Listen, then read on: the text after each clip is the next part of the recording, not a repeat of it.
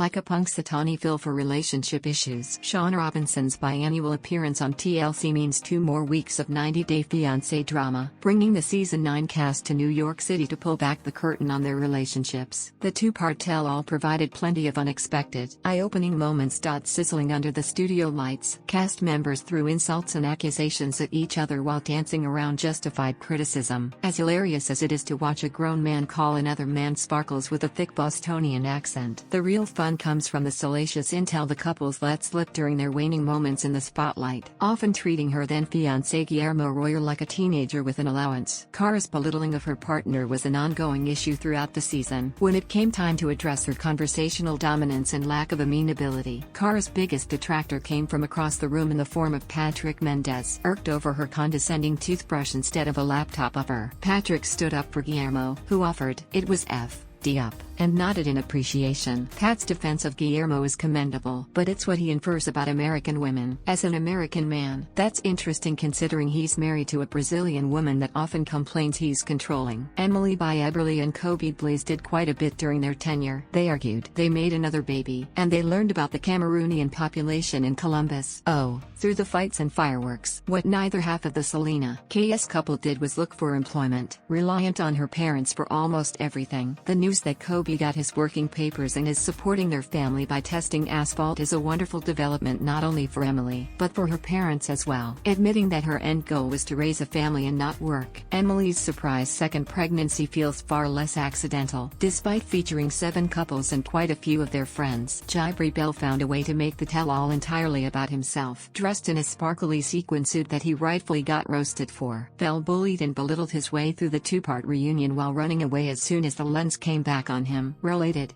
the best and worst dressed at the 90 Day Fiancé Season 9 tell-all, revealing that he hasn't seen his parents in the 6 months since he left their South Dakota home. Bell attributed their judgment and distance to jealousy. Instead of understanding the gravity behind the pain and detachment, the ubiquitous influencer used his time to echo his actions. The world revolves around Jibri. While Patrick Mendez and Ty's Ramon had a variety of issues, the common problematic denominator in their relationship was Pat's brother John. Living with the couple through multiple relocations, John played devil's advocate, constantly pushing Ty's buttons and planting seeds of doubt in his brother's ear. John's role on the tell-all, aside from putting Jibri in his place, was one of support and acceptance. Instead of the brash, boozy brother-in-law from hell, an hour sober John admitted he was wrong and offered his blessing towards Pat, Ty's, and their little one on the way. From the moment she buckled herself into Bilal's Chevy Express, Shaeeda had her concerns over who Bilal really was and what he expected her to be. Well aware of her similarities to Bilal's ex-wife, Shaeeda is determined to be herself while not allowing Bilal to build the walls that destroyed his previous marriage. Shaeeda's plea is less like her prior complaints over Bilal's lecturing and more of an emotional encouragement to communicate with her husband in spite of his usual unamenable approach to their issues. Saying nothing while Jibri constantly attacked his wife's character and intentions. Biannual's silence spoke volumes. When Shaun pressed Biannual on the likelihood of his marriage to Ari without their son, he wasted no time admitting they'd likely be done. Related, 10 painfully bad decisions from 90 Day Fiancé Season 9. Learning that Beanie is spending chunks of time away from Ari in Las Vegas. His willingness to finally admit that their marriage only exists in the name of their son casts a sad shadow over their 3-season love story. Muhammad almost wrote himself a redemption arc in his final appearance. Despite an initially contentious conversation with squad member Tatiana, Muhammad was able to convey why he was, rightfully, uncomfortable with Tatiana's sensitive/sexual questions the night they met. After learning the origin of Eve and Tatiana's friendship, Muhammad spoke his piece in an enlightening and respectful way, ultimately accepting and embracing Tatiana afterward. Muhammad's newfound tolerance was quite the